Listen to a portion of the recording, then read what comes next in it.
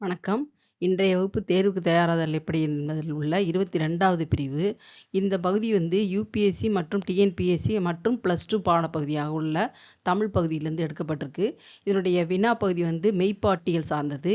எண் வகை மெய்ப்பாட்டியல் தொடர்பான வினாக்கள் என்னெல்லாம் இருக்கு? மெய்ப்பாட்டியல்னா என்ன? அதிலே மெய்ப்பாடு என்பது என்ன? அதுக்கான சான்றுகள் என்ன? தொல்காப்பியர் குறிப்பிடுகின்ற தொல்காப்பியத்தில் இடம்பெறுகின்ற செய்திகள் என்ன? அதில் இடம்பெறக்கூடிய 8 வகை உணர்வுகள் எது எது? நகை முதலான அழுகையை தொடர்ந்து என்னெல்லாம் இருக்கு? அதற்கான இலக்கிய சான்றுகளில் புறநானூறு மற்றும் நந்திக்கலமத்தில் எடுக்கப்படுகின்றது. இந்த முழு பகுதிக்கான இணைப்பும் கொடுக்கப்படுகிறது. இதோட வினாக்கள் உங்களுக்கு எப்படி இருக்கும்னா 2025 மெய்ப்பாடு ரசம் என்பது ஒன்றா என்று கேட்டு 10 மதிப்பெண் கேட்டிருக்காங்க. 24, 21 எண் வகை மெய்ப்பாடுகளை விவரிக்க என்று 15 மதிப்பெண்கள் கேட்கப்பட்டிருக்கு. இப்போ மெய்ப்பாடுகளுக்கும் சான்றுகளும் என்னன்னு கேட்குறத இந்த பகுதியை உங்கள் பாடப்பகுதியிலேருந்து எடுத்திருக்கோம்.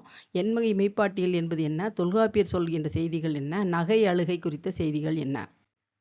இந்த 8ல் முதல் 2 மட்டும் இடம்பெறுகிறது.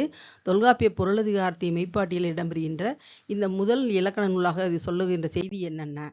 இதில் பொருளதிகாரம் என்பது என்ன? அதனுடைய செய்தி என்ன?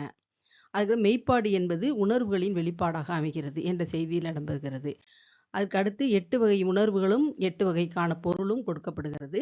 அதற்கான சான்றுகள் நந்தி கலம்பகம் மற்றும் புறநானூற்றிலிருந்து எடுக்கப்படுகிறது. இதற்கான முழு இணைப்பையும் நீங்கள் இதில் போய் பார்க்கலாம்.